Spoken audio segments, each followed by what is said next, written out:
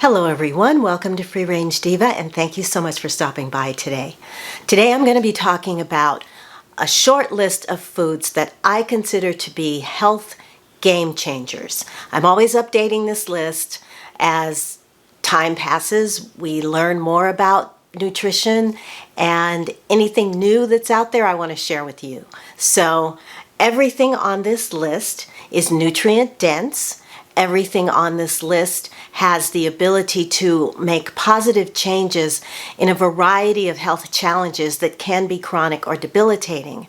But the purpose of this information is to encourage you to increase your nutrition by incorporating a variety of foods into your diet. But not every food is right for everybody, so please consult your medical professional before making any changes to your diet. All right, let's get started. So that you know, I have notes right over here and I will be referring to them from time to time, so I hope that's not too distracting. We're going to start with a food that I actually have never talked about on the channel before, and that is going to be microgreens. Microgreens is a type of plant that falls between a sprout and a baby green. The most popular varieties are produced from seeds from pea shoots, sunflower greens, broccoli, kale, radish, and arugula. Their nutrient levels are higher than that of the more adult vegetable, and they are higher in potassium, iron, zinc, magnesium, copper, calcium, vitamin C, and vitamin A. They also contain antioxidants such as polyphenols, beta-carotene, lutein, and zeaxanthin. The abundance of nutrients can positively impact immunity, blood pressure, thinking and reasoning, gut health, and can be an excellent source of bioavailable iron. When you're older, especially an older woman, we are not advised to supplement with iron because it can be very oxidative, or inflammatory, particularly if you get too much. So it's better to get all of our iron from food. I like a mixture of greens, like what you see here, because they each have their own individual and distinct taste. But one particular green has really been getting a lot of buzz lately because of its cancer-fighting abilities, and that is the broccoli sprout. Broccoli sprouts have much higher levels of a compound called sulforaphane. I think that's how you pronounce it. It has a higher amount of this than the mature broccoli or other cruciferous vegetables. Sulforaphane has been studied for its ability to slow tumor growth and block the ability for tumors to spread. There's a lot of research supporting its cancer-fighting abilities, and it also has Alzheimer-fighting abilities. So I'm going to link an article below that discusses, actually I'll link a few, that discusses sulforaphane in depth. Also, these sprouts are a rich source of a couple of compounds that have been linked to lowering your cancer risk. So all that info is going to be down in the description bar so you can check it out. But microgreens in general are a rich source of protein, fiber, vitamins, minerals, and phytonutrients. You can buy them at your grocery store, like I got these from Trader Joe's. These are a blend, or you can grow them easily at home from seeds, and they will always be fresh and available whenever you want to eat them. I have 2 packages of seeds here that I'm going to start today. This one is just a mix, an organic mix of microgreens, and this one is broccoli sprouts. And when you buy them at the store, where I get them at Trader Joe's, they're about $3 for this size tray, which lasts me a good week, if not more. But I know that in some places they can be really expensive. So get yourself some seeds. If you have a sunny window or a mildly, even a not even direct sun, just really good light in your kitchen, you can just pot these up and put them right on your windowsill, and they'll grow like crazy. Like in a week or two, you'll have full-grown greens that you can eat that day. Next, I'm going to talk about incorporating more seeds into your diet. Now, seeds by definition contain all the components necessary to grow a full adult plant. By definition, seeds are going to be high in nutrition. They've got your fiber, your healthy monounsaturated fats, and a large variety of important vitamins and minerals. So you've got flax seeds, chia, sunflower, sesame, pumpkin, hemp seeds. They all offer nutritional benefits separately and together. And I've talked about flax before, so what I'm going to do is put a video up here in the cards about how you can use flax seeds, freshly ground up flax seeds, as a tool to help balance your hormones. Both chia and flax seeds have similar nutrients, including high amounts of omega-3 fats. Sunflower seeds are a great source of vitamin B, E, and selenium. Hemp seeds have the most protein at about 30%. And pumpkin seeds are rich in phosphorus and healthy fats and may help lower cholesterol levels and improve heart health. Let's talk a bit about chia seeds, just a little bit. Here they are, these little black seeds. I'm sure you've seen them if you haven't eaten them yourself. These things are loaded with insoluble fiber, which makes them really good for digestive health, constipation, bloating. They're heart protective, and chia has minerals in it that can help strengthen your bones. It can also help lower your blood sugar and manage your blood pressure. And you can get all these benefits for about 2 tablespoons a day of these seeds. However, remember when I said not every food is good for everybody, and that's specifically why I wanted to talk about chia today, because there are some people that should not consume chia seeds. So, people with Crohn's disease, ulcerative colitis, or diverticulitis, probably you need to talk to your doctor before eating chia. Also, if you have a history of diabetes, IBS, or a history of kidney stones, again, consult your doctor. And as if that's not enough, these little guys can interact with certain medications, especially if you eat them in larger amounts. Things like blood thinners, blood pressure meds, and insulin. Things to be aware of. However, generally, mixed varieties of seeds are considered to be safe, and they're very popular. I've got a couple here that I love. These are from Streussli. You can get a mixed variety like this and sprinkle it on avocado toast, eggs, cooked vegetables, soups, salads, and they add not only extra nutrition, but these are absolutely delicious. I'm almost done. I've almost gone through both bags. So I'll link the Streussli ones here because I believe I have a coupon code. But I'll also link a couple of other varieties that I've seen that I haven't tried yet, but that I thought looked interesting. This dress just does not want to stay in place. There we go. Next up, acai berry, the little berry from the Amazon that is a powerhouse when it comes to antioxidant protection. It's the anthocyanins that give this berry its deep purple color.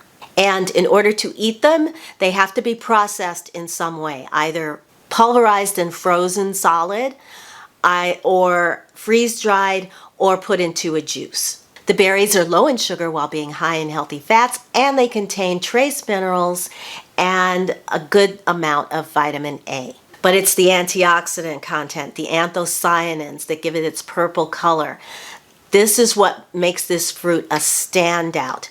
There's something called an ORAC scale that measures the antioxidant power of different fruits.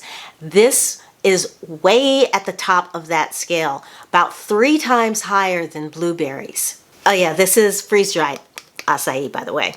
And these antioxidant compounds have been shown to be highly absorbable in studies. People were given acai to eat and then had their blood antioxidants levels measured a few hours later, and they were markedly higher than they were before they ate. So it actually gets digested and then ends up in your bloodstream where it can get to every cell and really combat inflammation. I know that when I eat acai, I always feel vigor. I don't know how else to describe it, but much stronger and more energetic just from eating this little berry. So you can get this available in frozen packets at your grocery store, or like I've got it, I ordered this from Perfect. This is the freeze-dried powder. Quickly That gives you an idea of the color. They're a deep, deep purple. And as far as the flavor goes, they have a mild berry flavor. They're not overly sweet at all. But they also have a very interesting kind of chocolatey undernote in its flavor profile. So look for either freeze dries or frozen. I would pass on the juice because the juice has the least amount of antioxidants that are present. Moving on, we're going to another part of the world. The acai is from the Amazon.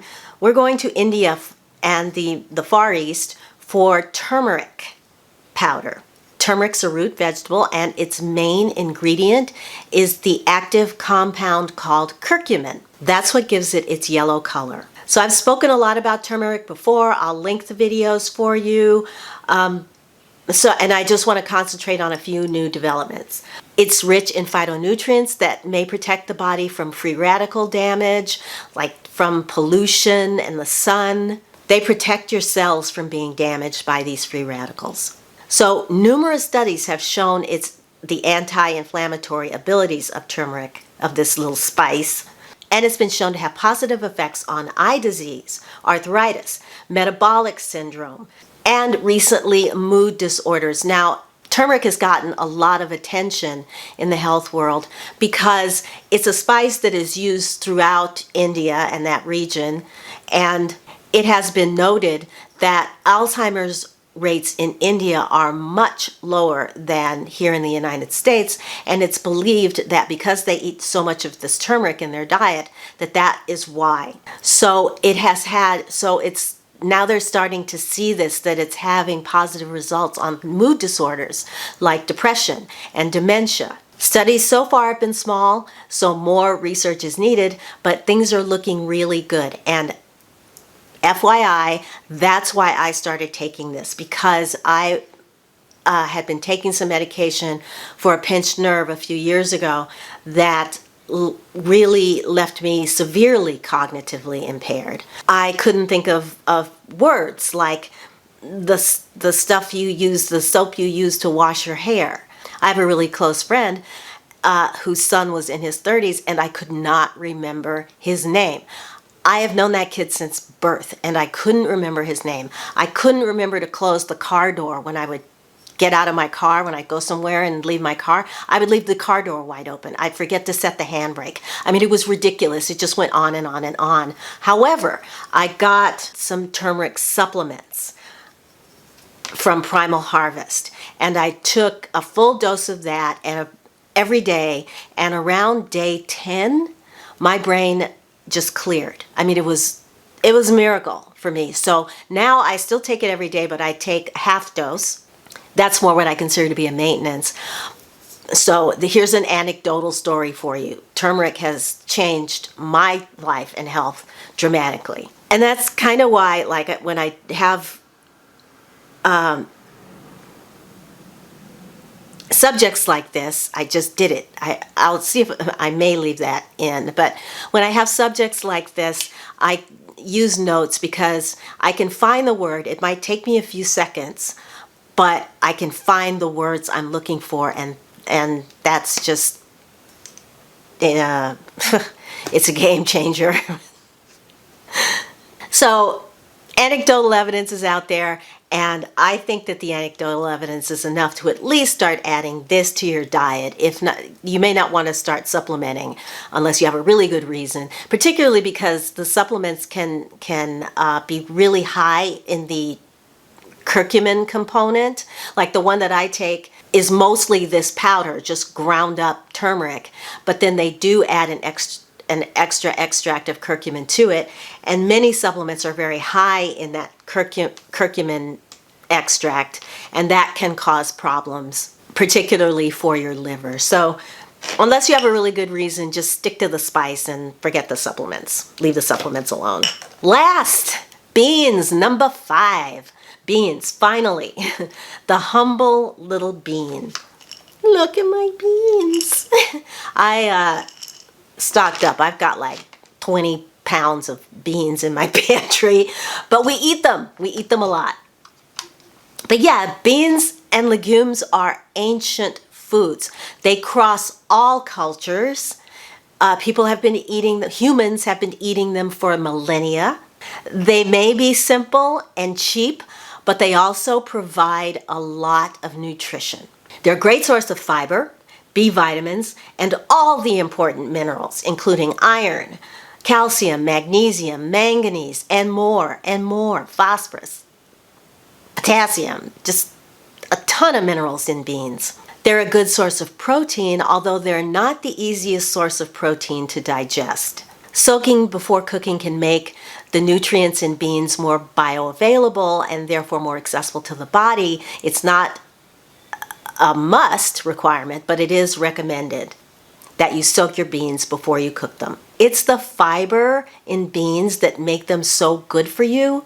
It's a complex carbohydrate that can help to regulate your blood sugar, lower cholesterol and blood pressure, and potentially lower your heart disease risk. Beans are a prebiotic, which feeds the beneficial bacteria in your gut. So it supports a healthy gut microbiome and potentially can boost your immune function. Beans have a history of causing digestive upset, but that can be minimized if you soak them in room temperature water for 12 hours or overnight before cooking. Discard the water, and then we like to cook them low and slow, which is the traditional way of cooking beans. It's also recommended that if you're new to eating beans, that you start off small and then increase the amount over time. Now, I've never had any issues with eating beans, but that might be because I've been eating them since I was a wee small child. So those are my 5. So tell me this, how do you cook your beans? My cousin he swears by slow cooking. So I actually have some in the slow cooker right now cooking that I put into soak last night. My neighbor loves pressure cooking her beans. So what do? What's your favorite way? The one thing that has not worked for us is when I try to cook them on the stove, I always end up burning them. My mother's the same thing. So we got our fingers crossed. I got a tiny little 2-quart slow cooker, which is great for 2 people, and it's just the 2 of us. And hopefully we'll see how this turns out, and I'll let you know.